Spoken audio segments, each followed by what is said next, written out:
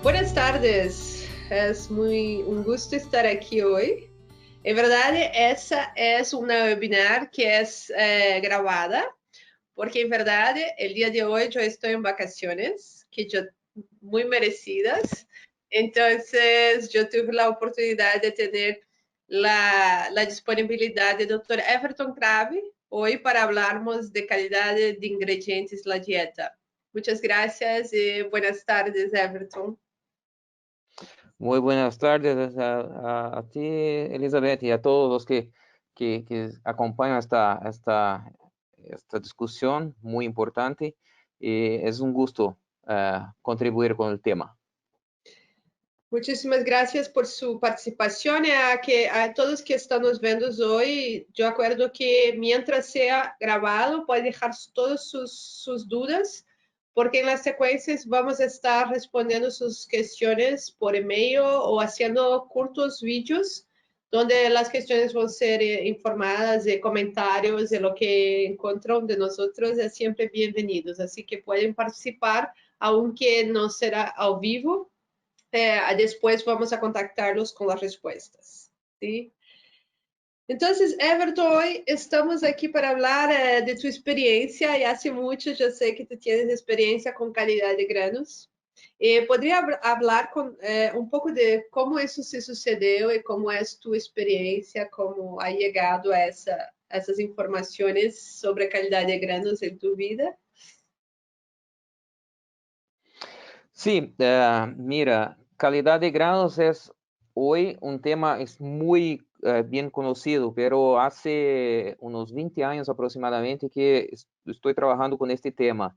En principios de la década de 90 no se conocía mucho sobre calidad de granos. En este momento, por ejemplo, micotoxinas aún se veía como un tema de gran inquietud, pero no teníamos recursos analíticos, poco se conocía sobre dosis y tipos de atrapantes y todo más. Entonces, eso fue básicamente el principio de mi inserción en este campo de calidad de granos. En estos últimos 20, 25 años, mucha cosa cambió, es verdad. Tenemos mucho desarrollo de metodologías analíticas, de herramientas, productos y todo más. Pero hay mucho aún para que se tener en cuenta cuando se hace una formulación de alimento y hasta porque la calidad de materia prima es muy poco controlable desde el punto de vista ambiental, desde el punto de vista logístico, todo más. Entonces, estamos muy dependientes de la calidad de granos, pero los granos en tesis ingresan en la cadena de producción de aves y cerdos unos pocos días o unas pocas semanas antes de su utilización. Entonces, en realidad, nosotros que somos el usuario de los granos, nos quedamos muy poco tiempo con el grano. Y el grano se queda así con la estructura de acopio y de producción, pero son maneras distintas de mirar a calidad. Y eso es un tema muy preocupante en nutrición animal. Everton, yo estaba acordando del tiempo que yo te conocía muchos años, o no vamos a hablar de años aquí porque no vale la pena, ¿no? Pero hablamos aquí cuando hablaba de micotoxinas, mucho de que yo he hecho en micotoxina en mi maestría y doctorado, ha hecho por su orientación, que ha me ayudado mucho con la información que tenía, porque en la época todos los académicos siempre hablaban, como tú decías, de la micotoxina como la propia micotoxina, y tú hablabas de una forma distinta, o sea, que la mala calidad de granos asociada a micotoxinas. Eu tentei, em uma época, incluso usar um término que eu chamei como síndrome de la mala calidad de granos, porque é não só a questão da micotoxina, pero também a pérdida nutricional. Vamos empezar hablando un poquito sobre un rato sobre essa tua experiência de uma forma prática para que as pessoas entendam quando falamos de mala qualidade de granos e micotoxinas. Como seria isso na prática? como una persona recibe los granos y puede tener una evaluación macroscópica de los granos que muchas de las empresas hacen, ¿no? Como los granos dañados, los quemados y todo eso. Y si eso tiene alguna correlación, eso podría ser algo práctico para nosotros entender que eso implica dentro de una formulación. Mira, Elizabeth, para mí una cosa es absolutamente cierta, es seguro. No se consigue hacer milagros en nutrición animal. O sea, si una materia prima llega a una planta de alimento con mala calidad, es muy difícil cambiar esta realidad. Y aunque uno consiga compensar algo, va a representar un costo muy expresivo. En nutrición animal todo es muy significativo, una vez que la alimentación del animal en general está o representa entre 65 y 70% del costo total de producción de una ave o de un cerdo. Entonces es muy significativo. Cuando tratamos el tema aisladamente como micotoxina en granos, es un error. Estamos equivocados cuando hacemos eso, porque cuando tenemos micotoxinas, tuvimos hongos, y cuando tuvimos hongos, es seguro que los hongos necesitaban de los granos para se nutrir, se alimentar. Uno podría decir que el hongo es un microorganismo y por ser un microorganismo, su cantidad de consumo de nutrientes es muy pequeña. Y ese es otro gran equívoco.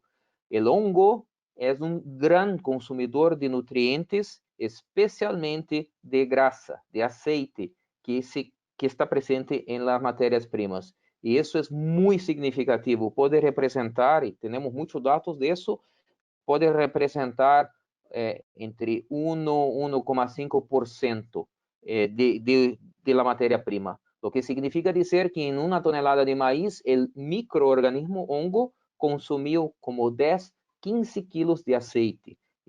Imagina 10, 15 kilos de aceite por tonelada de maíz, es mucha cosa. Muy bien. Entonces, buscando responder a tu pregunta, mira, tener gente calificada en la planta de alimento que que sepa caracterizar bien una materia prima como maíz, que representa el mayor volumen de una dieta, es absolutamente fundamental. Entonces, proporcionar entrenamiento a esta gente es muy importante. Y escuchar a esta gente también es muy importante. Yo veo mucho conflicto entre la área de compra de una compañía y la área de control de calidad. Pero es importante que se tenga todo cuidado y toda atención a lo que la área de calidad nos comunica, nos informa, porque sin calidad no se puede producir un alimento. Entonces, el primer punto es, en la recepción de los distintos lotes de maíz, tener un muy buen control. Y eso se puede hacer con poca inversión, básicamente con gente capacitada, se puede hacer un muy buen control. Entonces, este control visual inicial, donde se sacan los granos que están rotos, los granos que están atacados por hongos, es un muy buen principio de control de calidad. Lógico que muchas veces el grano llega a una planta y aunque uno sepa el nivel de daño que tiene este grano como consecuencia de la presencia de hongos, no se puede hacer mucho, tiene que recibirlo. Pero en este caso, conocer el nivel de daño es muy útil porque te ayuda a organizar o antever los riesgos que tienes y lo que tienes que hacer como nutrólogo para disminuir los riesgos. Eso es muy importante. Entonces, el primer paso es tener un buen control visual del grano que llega a una planta. Entonces, la gente tiene que estar bien capacitada y saber, conocer bien el percentual de granos atacados por hongos. Es el punto número 1 en la llegada del grano a una planta. ¿Ok? Bueno, y después yo tengo algunas alternativas. O la planta tiene o debería tener una estructura de segregación de granos, porque el grano dañado por hongos es un grano liviano, que tiene pérdida de su peso. Eso es muy importante. Lo ideal sería que si tuviéramos un grano atacado por hongos, que el grano disminuiría su área, su tamaño. Entonces, la gente miraría un silo y el grano estaría a un determinado nivel. 2, 3 meses más, con el ataque de los hongos, el grano debería bajar. Entonces, la gente tenía la clara percepción del daño que el grano sufrió por el ataque de hongos. Lamentablemente, no es así. Entonces, uno va a mirar hoy, va a mirar en 3 meses, 6 meses, y siempre va a estar el mismo nivel del grano. Pero la cantidad de nutrientes que están adentro de este silo está disminuyendo todos los días, todos los días.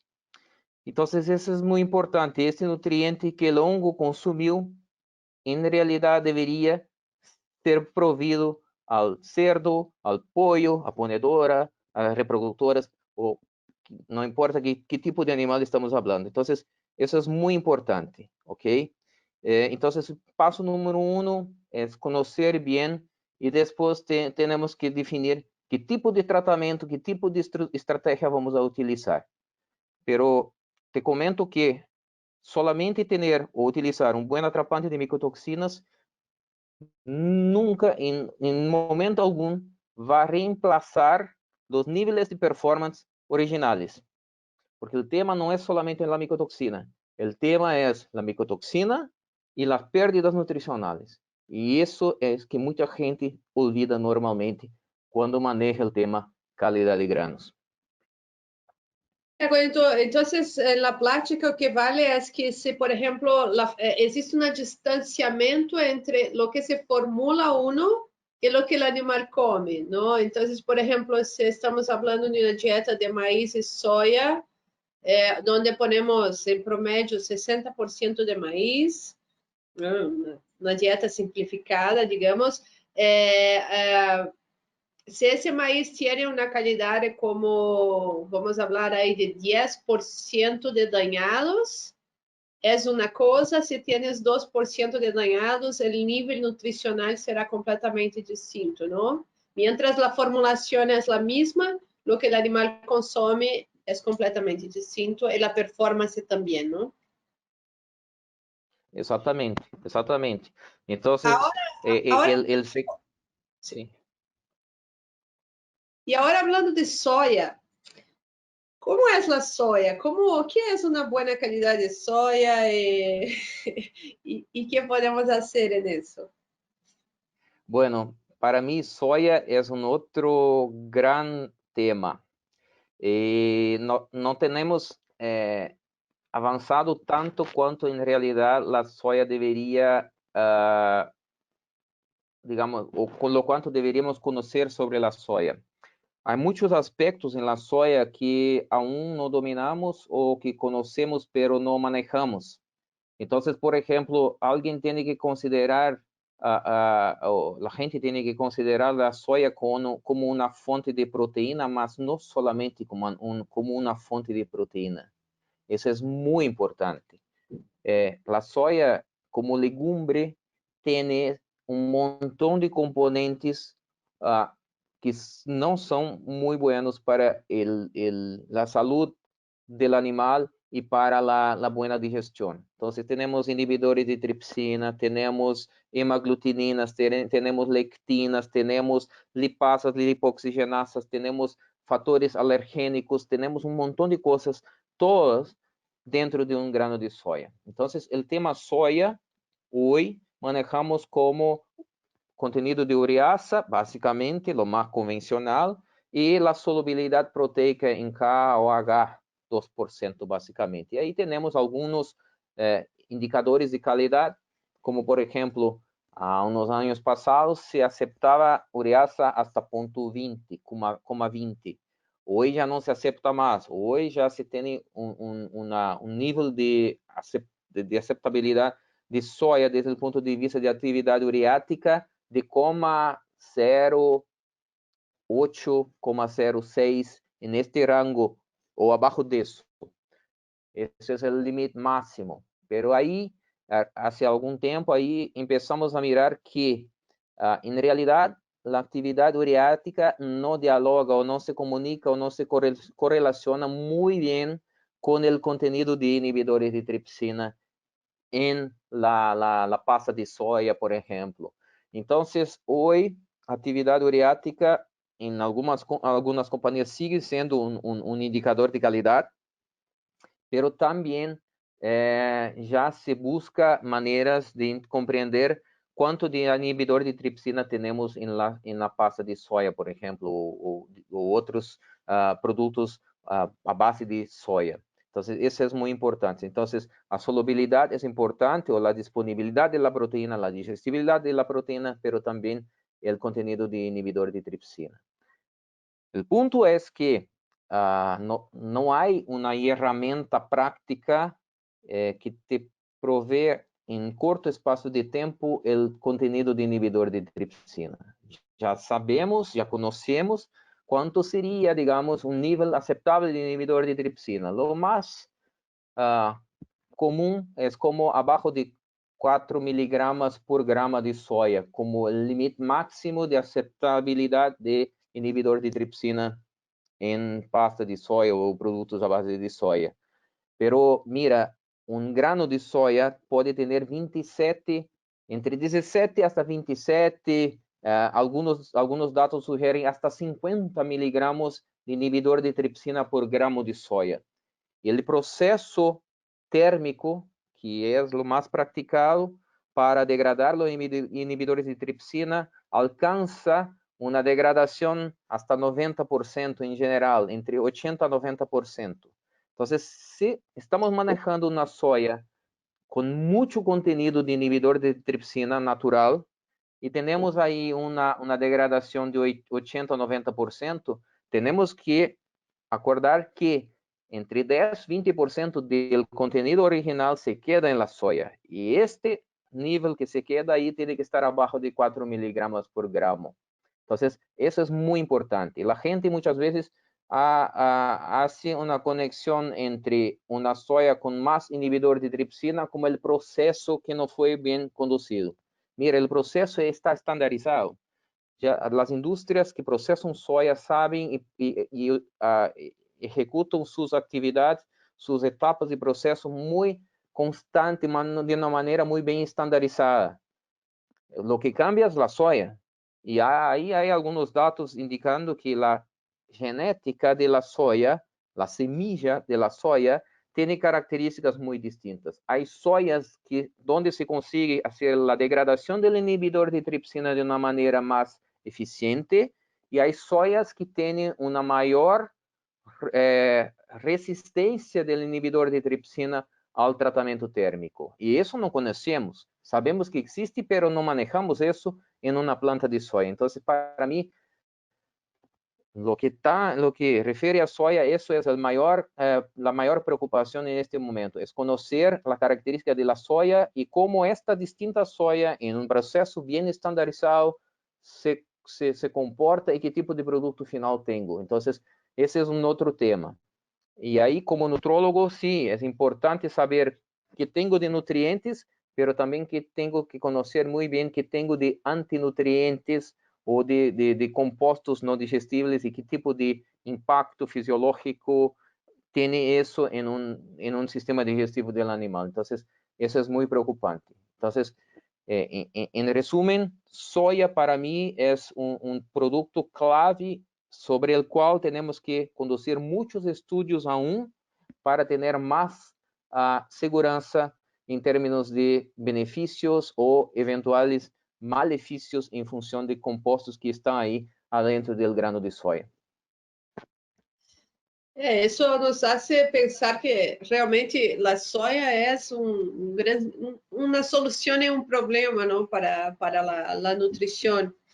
E certamente por el tempo aqui não vamos poder falar de todos os outros ingredientes, mas eu creio que os outros ingredientes são ainda mais complicados porque se conhece menos. Quizá trigo conhecemos um pouco mais, pero que pensa aí de outros ingredientes que poderíamos falar de qualidade, assim? Mira, yo tengo algunas preocupaciones. Por ejemplo, cuando el tema es calidad, calidad es algo muy amplio, muy amplio. Entonces, calidad, yo tengo como calidad sustancias que son tóxicas, sustancias que no son buenas y componentes que no son digestibles. Todo eso es calidad. La parte que no es digestible, por ejemplo, que puede estar presente en trigo, en avena, incluso en maíz y otros tipos de ingredientes, para mí son la gran oportunidad. Lo que no es digestible es algo que tenemos que estudiar muy bien, porque para mí ahí es posible que se consiga extraer más beneficio desde el punto de vista energético, desde el punto de vista de salud intestinal, todo más. Entonces, para mí eso es una de las oportunidades de avance para los próximos años, conocer la fracción indigestible, no necesariamente antinutricional, la fracción indigestible, y ahí con esta fracción trabajar con proceso, con aditivos, con enzimas, por ejemplo, para disponibilizar parte de esta fracción hasta este momento indigestible para que traiga beneficios al desarrollo animal. Ese es un punto. Y bajando los costos también. Eso es importante. El otro punto que es importante son los factores antinutricionales, por ejemplo, que sabemos, como el ácido fítico, como, y otros componentes inhibidores de tripsina, todo más, donde también tenemos ahí algunos recursos de biotecnología, por ejemplo. Cómo el tema proteasa y inhibidores de tripsina se conecta.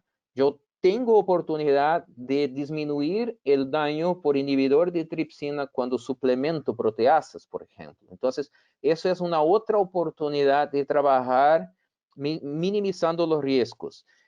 Y finalmente, cuando yo trato calidad, yo también tengo que pensar la parte oxidativa. Ahí, claro, oxidativa es relativo a grasa. Todos los ingredientes tienen grasa, algunos más, algunos menos. Entonces, por ejemplo, que otra materia prima o que otro grupo de materias primas son muy importantes. Son justamente las materias primas de origen animal. Harina de carne, harina de huesos, harina de vísceras, harina de plumas o más. Ahí el tema es oxidación y el tema también es la degradación previa al proceso. Ese es un tema que estamos trabajando nosotros acá también en términos de investigación y intentando trabajar con NIR para predecir el contenido de aminas biogénicas. Para mí, aminas biogénicas es una molécula o un conjunto de moléculas que aún vamos a discutir mucho en los próximos años, porque el sistema digestivo es un ambiente donde tenemos muchas aminas biogénicas siendo producidas y degradadas, y estas aminas biogénicas estão involucradas em um processo de condicionamento do ambiente. Então, para mim, uma das moléculas claves para uma boa saúde intestinal são exatamente as aminas biogénicas. Então, se eu tenho aminas biogénicas exógenas que vêm com o alimento e ingressam no sistema digestivo, no tubo digestivo do animal por las matérias primas, para mim é absolutamente importante conhecer quais são as aminas biogénicas e como puedo reduzir isso e que tipo de impacto tenho. Então, para mim, este grupo de matérias-primas de origem animal, aí sim há também um grande tema de qualidade que aún temos que resgatar em algum momento e tratar isso com mais critério e mais especificidade, ok? Então, isso é importante. Pero, en resumen, hay mucho que hacer y para mí está todo muy involucrado y hay aditivos que son muy importantes, pero su eficiencia está involucrada con la calidad de materias primas, entonces es algo muy dinámico, muy dinámico. Eso a mí me preocupa mucho porque como hago investigación, estoy siempre investigando la eficiencia de una molécula específica y hay tantos parámetros paralelos ahí interferentes que muchas veces me surge alguna inquietud en el sentido de hacer una conclusión sobre la eficiencia de una molécula cuando tengo ahí un universo de 10, 15, 20 otros aspectos o moléculas que pueden interferir en la respuesta. Entonces, es muy, digamos, crítico ese tema de aditivos en alimentación animal. Pero ¿tú crees que hay hoy, con lo que conocemos, con los aditivos que hay hoy, hay algunas soluciones que podemos emplear que pueden reducir el impacto de esa mala calidad? Pero como tú dices ahí, yo creo también que es muy importante agregar que todo que no es digestible para el animal puede ser utilizado por la microbiota y cambia la microbiota y tiene toda la fermentación y los metabolitos que van a venir desde ese proceso. Entonces, en verdad, no es digerido por el animal, pero no quiere decir que no está ahí haciendo ¿no? Daños ou quizá hasta benefícios, não? Vamos falar, por exemplo, de alguns dados que dizem de fibras, não? Fibras, essas coisas, e as pessoas estão falando muito de fibra hoje, pero me preocupa um pouco, um rato, não saber qual é a qualidade da fibra que estamos ponendo aí. Você pode falar um pouco disso para nós outros, Everton? Mira, fibra es para mí también un conjunto de compuestos, porque hablar de fibra es un término muy amplio y hay muchos compuestos dentro de la estructura fibrosa del alimento. Y nosotros tenemos que conocer bien cuáles son los componentes en la fibra y primero punto es conocer bien lo que es soluble y lo que es insoluble, porque ese es el primer paso. Conocer lo que es soluble para que tengamos oportunidad de aprovechar eso directamente o indirectamente a través de manejarmos la flora del trato gastrointestinal o entonces manejando la cantidad de aditivos como enzimas o como compuestos ahí o quizás el proceso de fabricación de alimento, como por ejemplo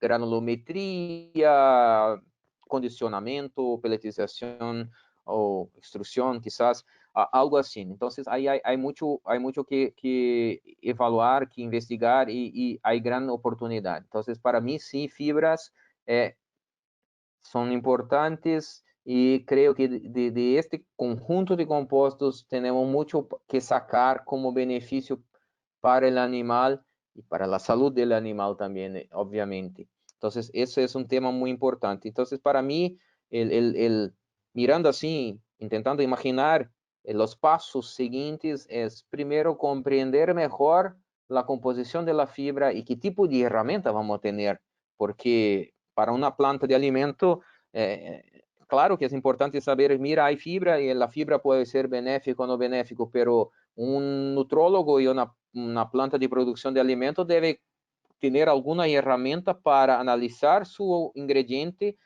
su materia prima y decir, tenemos tanto de este componente y X% es soluble y eso es potencialmente aprovechable para el beneficio del animal. Entonces, ese es un tema, las herramientas para predecir o para indicar la oportunidad, el rango de oportunidad. Entonces, ese es un punto. El otro punto es, aunque yo tenga condiciones o herramientas de decir, mira, de este componente, de 20% es soluble, muy bien. ¿Cómo estes 20% en realidad y qué tipo de beneficio yo consigo extraer de estos 20%? Entonces, aún no tenemos una limitada cantidad de informaciones y eso seguramente está involucrado con la población de microorganismos del sistema digestivo y me parece que eso es una marcha un poco más leja, porque ahí hay muchas variables que aún no conocemos, pero seguro es un camino por donde vamos a pasar en la área de nutrición. Entonces, lamentablemente, en este momento tenemos una cierta limitación de informaciones, pero juntando la teoría, los conceptos, sí, de este campo de estudios hay grandes oportunidades de sacar beneficios para la nutrición animal, seguro. Pero yo hice la pregunta y después puso las fibras también, pero la pregunta que yo hice anteriormente era con el conocimiento que tenemos hoy, con las herramientas que tenemos hoy, exactamente lo que tenemos hoy, que falta mucho ainda, ¿cuál sería en tu idea? ¿Cuál sería prácticamente un nutricionista que está escuchando a nosotros ahora? ¿Cuáles serían los pasos para que una vez que encontre, por ejemplo, un maíz que tenga más que, vamos a pensar ahí, entre 5 y 10% de avariados y uno que tenga más de 10% de avariados, o que tenga fator antitripsina de soya? ¿Hay algo que se puede hacer o simplemente se pega la información, se la usa en el sentido de aprender, pero no hay una solución? ¿Cómo ver? Mira, son temas distintos. En el tema maíz, hay algunas indicaciones claras y algunas ecuaciones de predicción, por ejemplo, de pérdidas de energía con base en el percentual de granos atacados o dañados por hongos, por ejemplo. Eso existe y la pérdida es muy significativa. Entonces, eso es una manera de hacer alguna corrección. Entonces, en términos prácticos, el nutrólogo debería estar cambiando su matriz nutricional con base en la calidad del maíz todo el tiempo. Pero las consecuencias del daño y 1% de grano dañado, por ejemplo, representa una pérdida energética muy significativa. Entonces, cuando uno mira en un momento en que el grano está muy dañado, el contenido de energía es casi como un desánimo, porque hay una pérdida muy significativa. Entonces, lo que el nutrólogo normalmente hace una reducción parcial de la energía de la matriz nutricional del maíz y trabaja dentro de algo, digamos assim, imaginário. Hay herramientas de NIR, por ejemplo, que te auxilian a predecir la energía metabolizable de granos. Que pode ser uma ferramenta importante. Eu penso que o nutrólogo deve utilizar todos os recursos que tem e fazer aí uma comparação de todo que pode, por exemplo, uma equação que haga o cálculo de energia metabolizável do grano com base no peso específico. Isso é muito importante. Com base no percentual de granos dañados por hongos. E também os dados que o NIR nos provee. Porque, mira, aún para mí es un punto que no está muy claro, porque el NIR es una herramienta maravillosa y yo no veo nutrición sin el uso de NIR. Pero, por ejemplo, ¿hasta qué punto tenemos seguridad de que el dato que el NIR nos provee para un hongo intensamente atacados por hongos efectivamente sea el número correcto de energía, por ejemplo? Entonces, eso aún para mí no está tan claro así. Y también no vamos a tener esa respuesta en el corto espacio de tiempo, hasta porque todos trabajan dentro de una lógica de buena calidad de materia prima cuando se hace un desarrollo de una ecuación de NIR, ¿no? Y entonces es más complicado. Pero te comento que no hay como garantizar o como alcanzar, por ejemplo, índices de conversión alimentaria buenos y cerca de lo que se establece como límite cuando se tiene, por ejemplo, grano de mala calidad. Entonces, algo el nutrólogo tiene que hacer sí para compensar, ¿ok? Y en términos de soya, es difícil decir, pero claro, tenemos que tener los estándares de calidad muy bien definidos y aunque, por ejemplo, a actividad de ureasa no sea un buen indicador, pero es lo que tenemos. Entonces, si bajamos los niveles, estamos marchando en el sentido de tener más calidad. Entonces, yo recomendaría eso, ¿no? Trabajar sin crisis, porque la nutrición y el día a día de la industria no permite que se tenga paros y que se empiece una gran discusión y todo más, pero sí, es tener cada vez más la sensibilidad y hacer ajustes y tener en cuenta estos puntos. Pero es difícil, una respuesta difícil, Elizabeth, porque la dinámica de una industria de alimentos es muy, muy intensa y hay muchas variables, entonces es muy difícil de trabajar eso.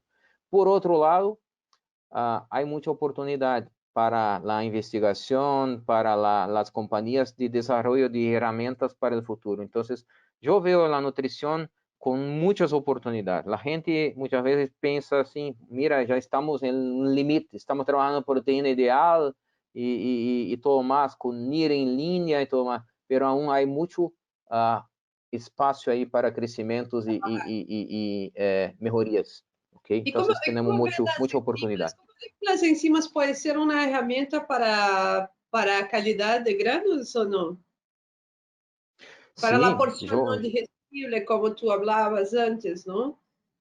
sí, seguro que sí. Ya existen algunos productos en el mercado que vienen con esta lógica, con esta propuesta de que son como una pieza intermediaria entre el componente y el momento en que el animal yo puedo aprovechar este compuesto. Entonces, ya hay este concepto, pero ahora estamos en un momento de validación de eso, ¿no? Y también, claro que yo puedo tener esta enzima que haga este proceso de hidrólisis muy específico ahí, pero claro, yo tengo que conocer cuál es el perfil de este componente o de ese sustrato para esta enzima. Entonces, ahí hay una necesidad de comprender más también, pero respondiendo a tu pregunta, sí, yo veo como el animal, dentro del tubo digestivo, la posibilidad de ser una biofábrica. La terminología biofábrica se utiliza muchas veces donde ingresamos con determinados componentes, principalmente enzimas, y ahí producimos dentro del tubo digestivo, por la presencia de microorganismos, un nutriente o un conjunto de nutrientes que sea favorable para el gano de peso o mejor salud del animal. Entonces yo veo la biofábrica como una realidad para el futuro, pero tengo que conocer la materia prima. Ese es el gran problema y el gran desafío. Entonces ahí, y eso necesita muchas muestras, una diversidad de muestras y mucha inversión, ¿no? Entonces, ¿quién va a hacer esta inversión? Ese es el gran punto, ¿ok? Pero es necesario y alguien tiene que hacer.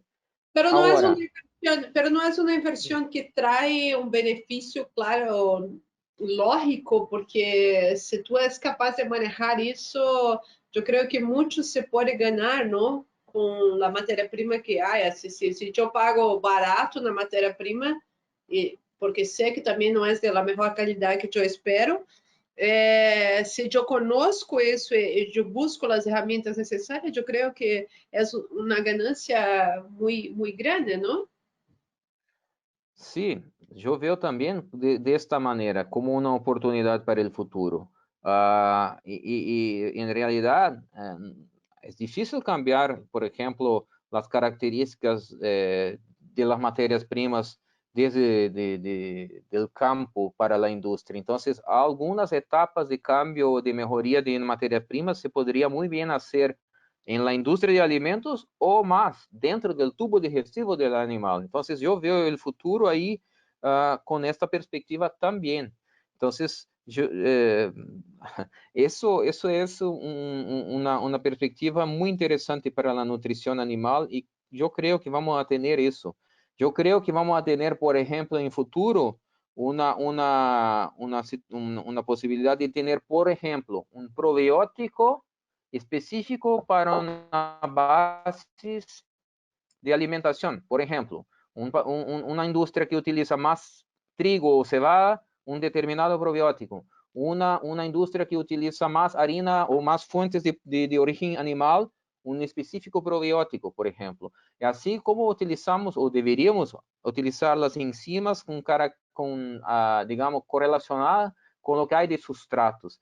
Entonces, yo veo los ajustes finos, o fine tuning de la nutrición del futuro muy, muy distinto de lo que hacemos hoy.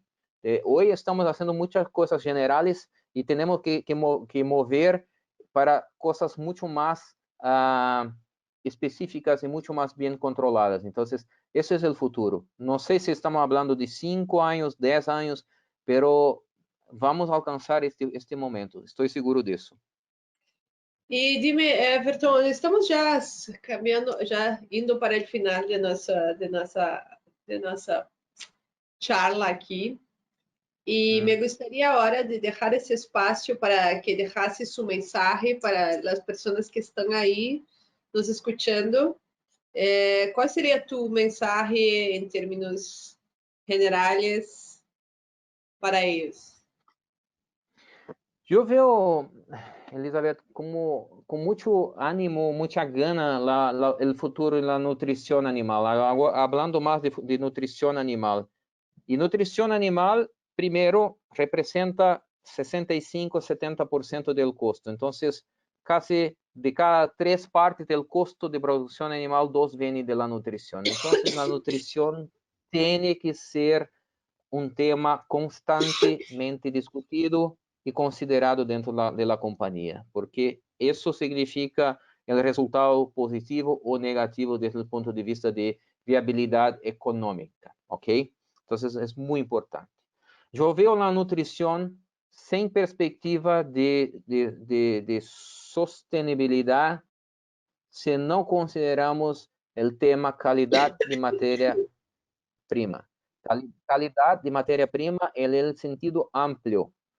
Calidad no solamente por lo que es, digamos, perjudicial al animal, pero lo que tiene y podría ser aprovechado. Entonces, el tema calidad de materia prima tiene que ser muy bien conducido y muy bien, tiene que ser parte del día a día de una compañía. Entonces, yo veo... que é o conceito de qualidade e das análises corretas, não? Sí, exactamente, exactamente. Entonces, una compañía hacer inversión en capacitación de personal para control de calidad, para mí hace todo sentido. Es una inversión que va a traer muchos beneficios.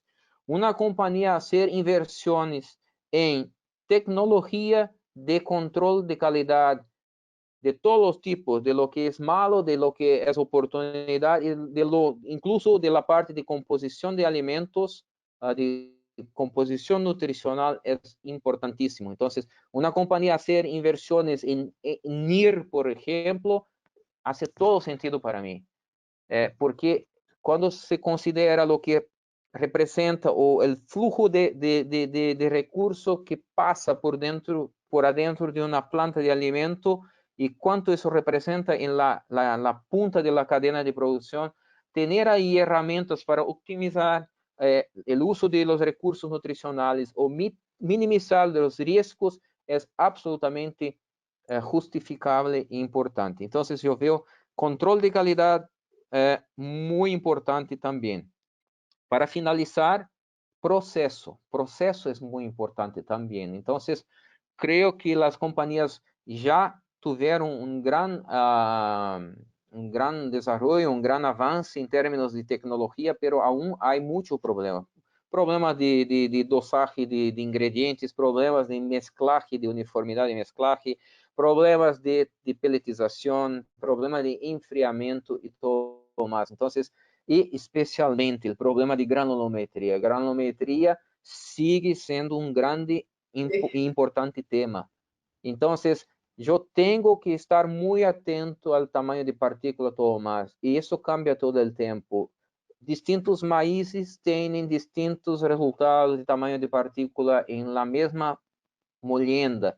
Entonces, todo eso es importante. Entonces, invertir en control de calidad antes, em la matéria-prima e durante o processo, é absolutamente fundamental.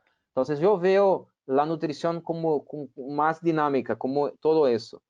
Pero há muito para ganhar, há oportunidades imensas e a biotecnologia vem aí com montão de recursos como aditivos alimentares para o futuro. Então, estou seguro que em 5 anos ou 10 anos mais, em uma oportunidade idêntica a essa, vamos estar discutindo em outro universo, em uma outra realidade de lo que se hace em termos de produção de alimentos. Então, é absolutamente um campo aberto com todas as oportunidades, ok? Então, eu vejo a nutrição desta maneira, com muita oportunidade. Que bueno, creo que ahí me da varias ideas para volvermos acá y hablarmos otras veces, porque al final hay granulometría y otros asuntos que son de interés de todos nosotros. Bueno, muchas gracias, agradezco mucho por su participación, yo creo que hay mucha información ahí para compartir. Estamos en contacto a todos que están en casa o que estão nos acompanhando por internet, uma boa tarde ou uma boa noite, não sei onde estão, e nos quedamos em contato. Deixem suas perguntas, deixem seus comentários e volvemos a vocês em la sequência. Muitas graças. Agradeço a todos também. Estou sempre à disposição acá para discutir mais desse tema apaixonante, ok? Graças a todos. Muitas graças.